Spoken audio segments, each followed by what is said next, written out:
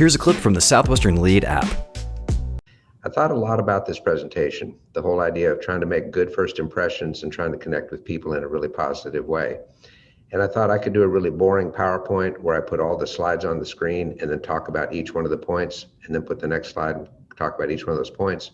But that's called death by PowerPoint. And I think many of you have been in presentations like that. Okay, there's 5 points in my PowerPoint. Point 1, point 2, point 3. Kind of boring, kind of dull. So instead of doing something like that, I thought it would make more sense if we just had a conversation here, where I try to share with you some insights and perspectives on making a good first impression, how to connect with people. How many of you are familiar with the book called Start With Why by Simon Sinek? Start With Why. If you're not familiar with the book, I'd recommend that you take a few minutes and watch his TED Talk or the 45-minute video by Simon Sinek, S-I-N-E-K. If you don't really like to read, you'll really enjoy the TED Talk because it's only 18 minutes long. But Simon Sinek in his book, Start With Why, said the most important thing all of us should do when we're determining what is important in life is to start with our why, start with our reason, start with our purpose. Too many people say, well, what is it and how do you do it?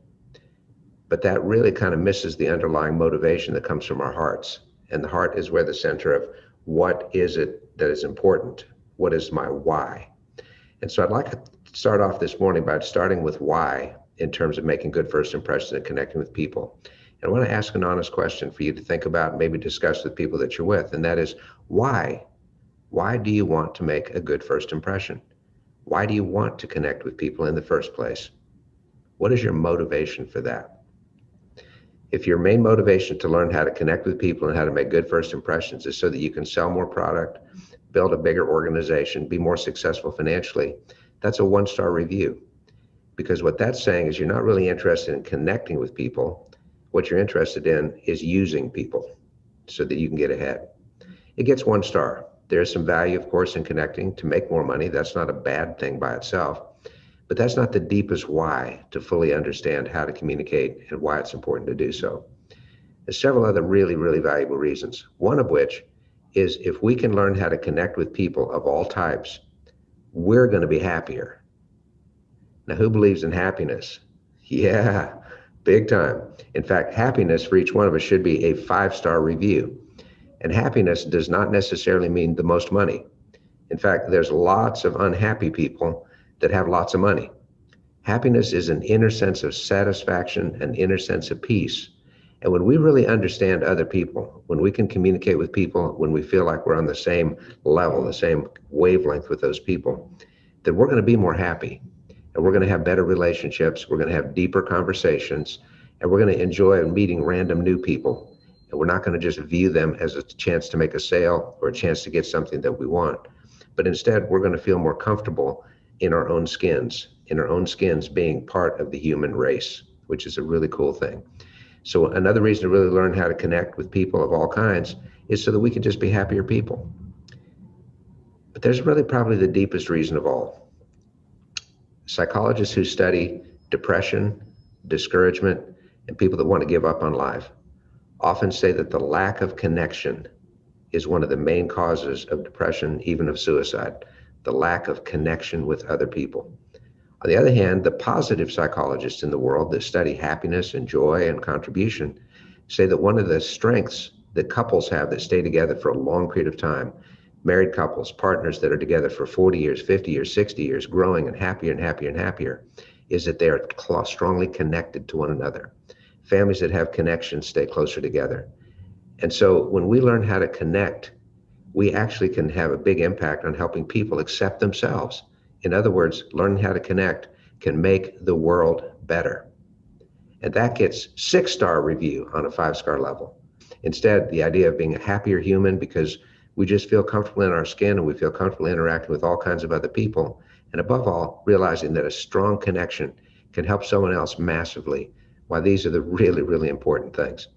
So this is a bit of the why. And if we may spend a lot of time really understanding our own motives, I think it's okay. But in the long run of life, Spencer Hayes taught me that the people that make the most money, that have the most success, that have the highest positions and the most rewards are the ones that make up their minds that they're going to serve others and have an impact on the world. And so when we do that well, the money will flow to you And that's one of the great things about this whole process, which is really cool. Making the world better and at the same time providing for your family and your future financial success, kind of hard to beat those ideas. So really think hard about your why and have that strong, strong purpose to get better at this. So now let's talk about what. What does it mean to be connected or to have a good connection with someone else? It really means to be on the same wavelength. All right, wavelength. Now, many of you don't really understand what wavelength is, but in radio frequency, wavelength is the level at which a signal travels. And so if you're tuning in a radio, and some of you don't even know what a radio is because you do everything on Spotify, but if you tune in a radio to you have 93.7 and you have 92.7, it looks like it's the same level, but it's really not. And there's no way that those two are going to ever connect.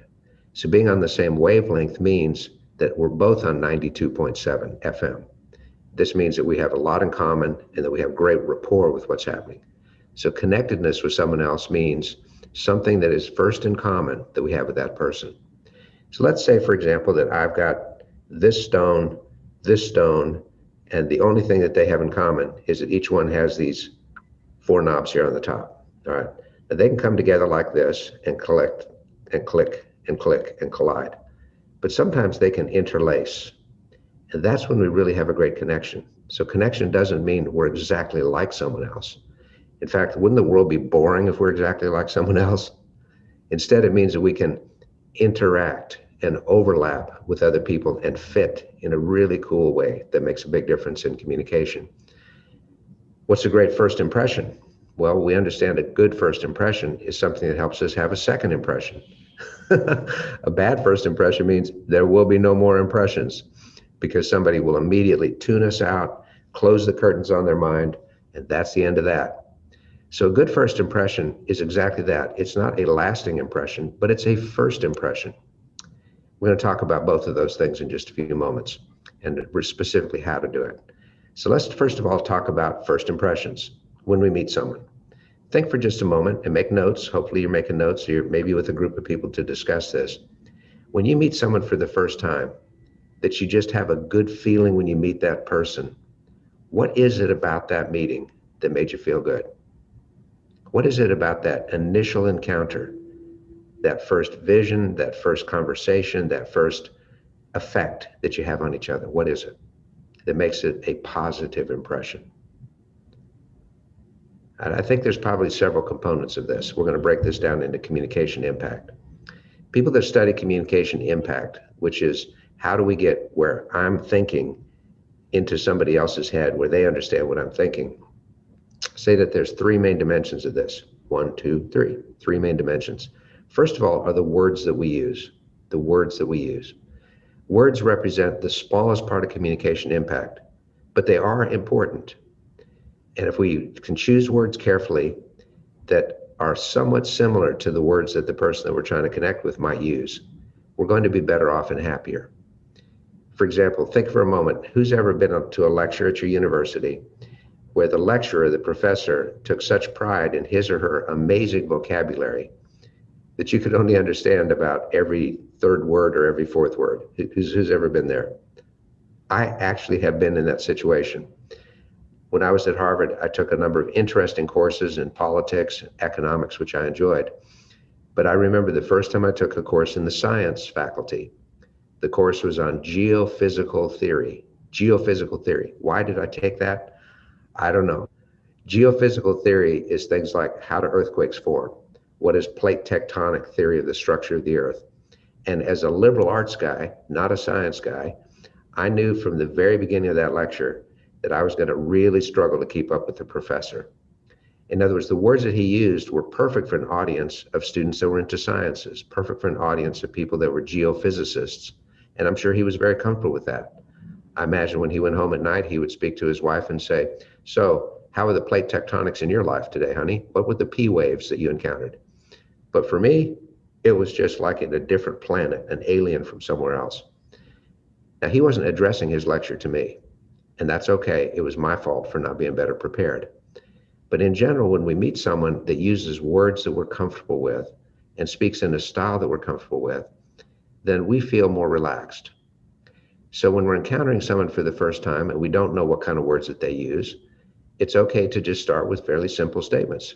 Hi, nice to meet you. How are you today? And if they say, indubitably could not be more excellent, then we know we've got somebody that's going to have that kind of level of conversation. But if somebody goes, dude, not bad, then we know it's going to have a different level of conversation. We don't have to dumb down or try to become ultra sophisticated, but we do need to figure out what are words that are simple and easy to understand. And that's really, really important. Words that are easy to understand.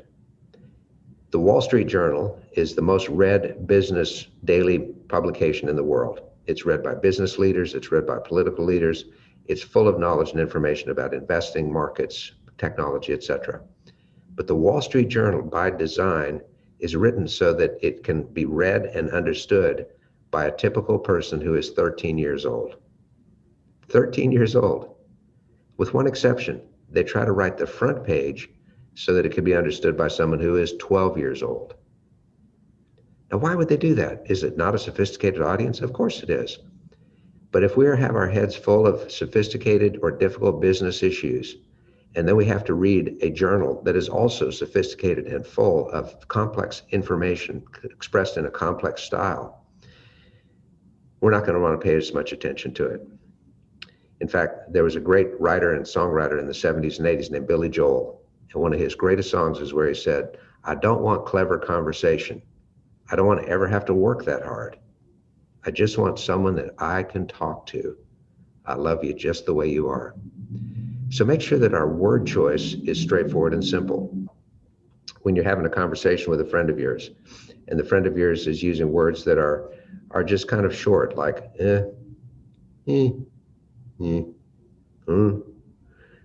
well, sometimes the best thing in the world you can do is not say anything. Just simply listen, listen, listen, listen. So word choice is really important, but it's really not the most important thing. Let's make sure that we understand why that's true. Think for a moment, have you ever been to a country where you don't speak any of their language? You cannot speak any of the language at all. Well, most of you are very well traveled, and of course you've had that situation. Were you somehow able to communicate anyway? Yes, you were. Yes, you were. And you did that by moving into the next level of conversation and connection, which is how we use our voices. Southwestern Lead is an international leadership program that helps you build skills, gain confidence, and discover new opportunities. With professional coaching, a world-class digital learning platform, and certifications that will enhance your resume or application, Lead sets you apart. We'll show you how to turn success principles into success habits through small group training, one-on-one coaching, and guided action plans to help you apply what you're learning. It takes more than academics to reach your goals. See what one of America's oldest leadership training programs can do for you. Visit southwesternlead.com.